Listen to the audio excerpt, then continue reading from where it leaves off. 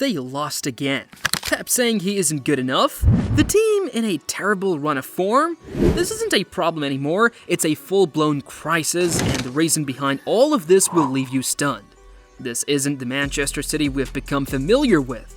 They used to be the team to beat. Under Pep Guardiola, Manchester City only continued to grow. By 2023, they had reached the peak, won the treble, and became just the second team in English football to achieve this feat.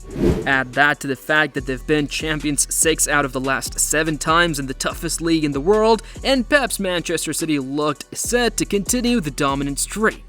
2024-25, though, has been different. These aren't the results of a team battling relegation, it's Manchester City's current form, 1 win in 11 games in all competitions if the Premier League ended now. Not only won't they be unable to defend their title, they won't even qualify for the Champions League. It's that bad. Honestly, it's that bad. It feels like Manchester City has forgotten how to win football games, so what exactly is wrong with this City team? And how is Pep at the center of everything? To start with, the results have been awful. Just pulling this up again for context, losses to Spurs, Brighton, Bournemouth, Manchester United.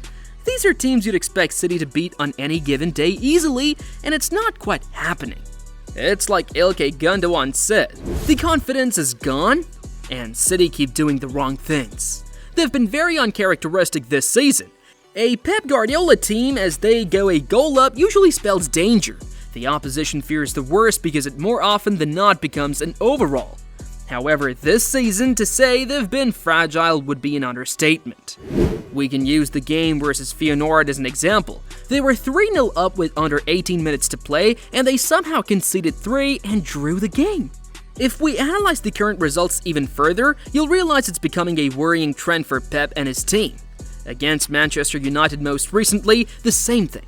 They took the lead only to lose the game. The game versus Brighton, they took the lead and lost. Versus Sporting Lisbon, they scored as early as the 4th minute, but by full time, it was 4-1 Sporting.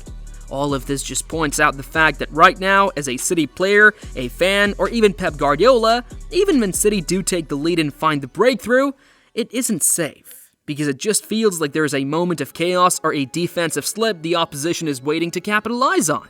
That isn't just happening in one competition is another problem.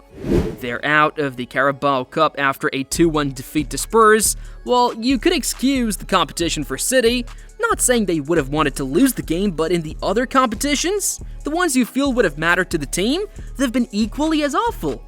They have 1 win in 8 Premier League matches, and on his part, it's almost as if Pep Guardiola has given up on the Premier League. Maybe after 7 years winning 6 Premier Leagues, maybe 1 year, another team deserves it, but... Sounds like he has. For a guy who has won it 6 times in the last 7 occasions, he's already ruled his team out of repeating this fate. Another fact, it's almost become a tradition to see Manchester City go on a run where they win, 10 to 12 games in a row, and then go on to seal the league title? You don't see that happening now, and we'll talk about why this is the case later on. But for now, it's down to what might just be the biggest reason behind City's dip in form. Him. Pep Guardiola, the man who had taken City to the very top of football. They've won every competition they've played under him. And yet right now, it seems like it's the same man who's going to be the downfall of this club. So what's the issue with Pep then? It's a lot of things, but the first has to be the tactics. His words, he said here that he loves to overthink and create tactics that confuse the opposition. And right now, it's costing him results. See guys, the thing is, City under Pep before used to be so unpredictable because what he had brought to the English game was a style of football that was new to the country. Quick passes, players moving and understanding space, passing the opposition to dearth, looking for the channels, all these things added up, combined with the players he had at his disposal, and it made City incredible. This time, however, it's almost as if everyone knows what they're up against with this City team.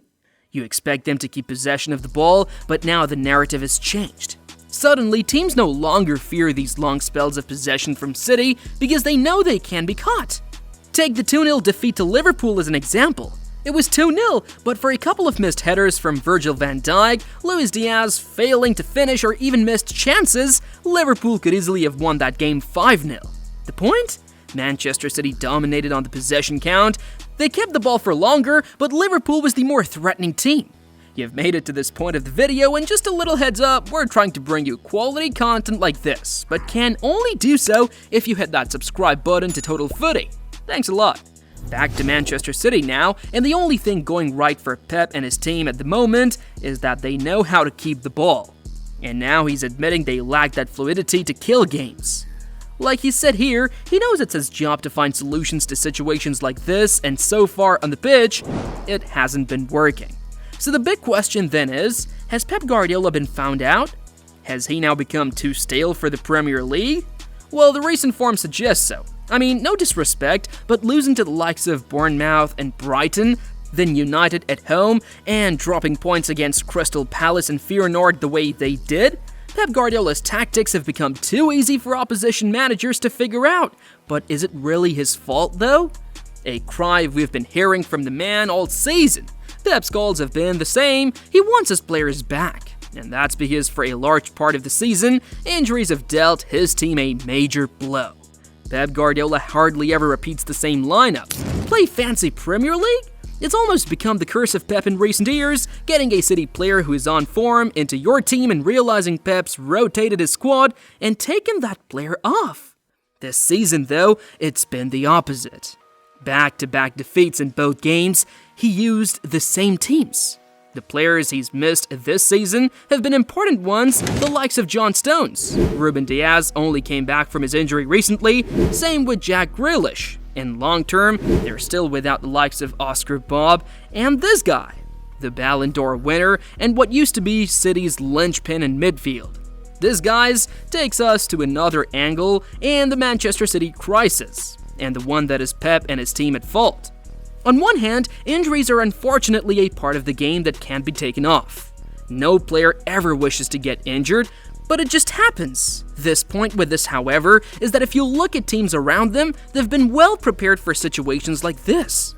Everyone laughed at Chelsea when they kept signing players, but in the current Chelsea squad now, if a player gets injured, there are almost 2 to 3 players who can perform a good job almost effectively in the same position.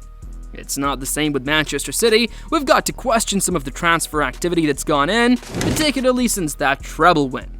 City was at its peak with that treble-winning team, the likes of Riyad Mahrez, Aymeric Laporta, and Ilkay Gundogan, players who played key roles for Manchester City that season, and players who left shortly afterward. Mahrez left to join Al Ahly in the Saudi Pro League. Aymeric Laporta followed suit and joined Al Nassr in the Saudi Pro League, while Ilkay Gundogan left to join Barcelona. The point with these transfers is, after they happened, for a team who had just won the treble, you would have been expecting some sort of major transfer activity to solve this. Well, that never happened. What did happen, as that video pointed out, was the young players who were hoping to get minutes leaving. Cole Palmer is the guy at Stamford Bridge with Chelsea right now. But it could easily have been different if Pep had given him minutes at City. The recruitment since that period has been very poor. Mateo Kovacic, Matheus Nunes, Savinho, none of these guys have been able to properly compete in City's current team, and at the start of the season, Pep lost another key player he failed to replace. The fact that Julian Alvarez could play anywhere in the City team was a huge bonus. Losing a player like that without effectively replacing him? That's just off.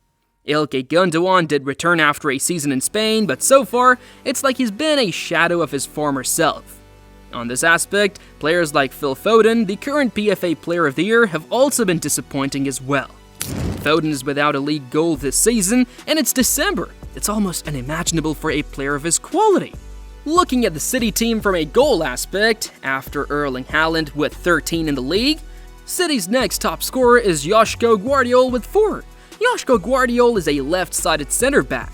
These are the levels City has dropped to this season. It originally started as a blip, but now it's an undeniable crisis. Pep Guardiola's team is suffering, and with a manager like Pep who has won so much over the years playing the style of football he has been, you don't see him change tactics or play styles anytime soon, and this could ultimately cost them. It couldn't get any lower than the defeat to United. They've hit rock bottom and need something to turn around quickly. What do you think? Pep's not the reason for City's decline.